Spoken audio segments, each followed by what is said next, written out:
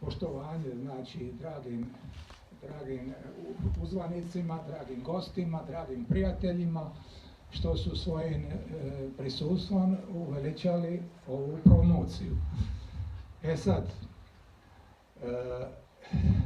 zahvaljujem se i ekipi koja je ovo prepoznala, jer kad sam ja to prije 37-8 godina radio, ne znam ni ja točno kad i koliko dugo,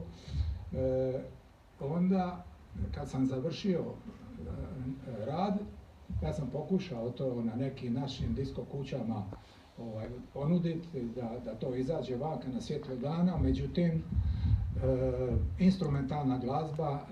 nije bila komercijalna i jednostavno Croatia Records i Suzi, oni to nisu htjeli izdati.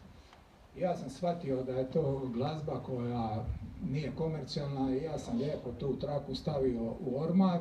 i ta traka je stala tamo, ja sam zaboravio na nju,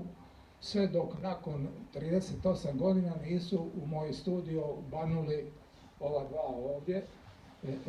Željko i Lari, i onda su tražili, imali ja neke snimke, nisu oni znali uopće o ovoj ploči, oni su tražili neke vokalne snimke, neke grupe iz tih vremena.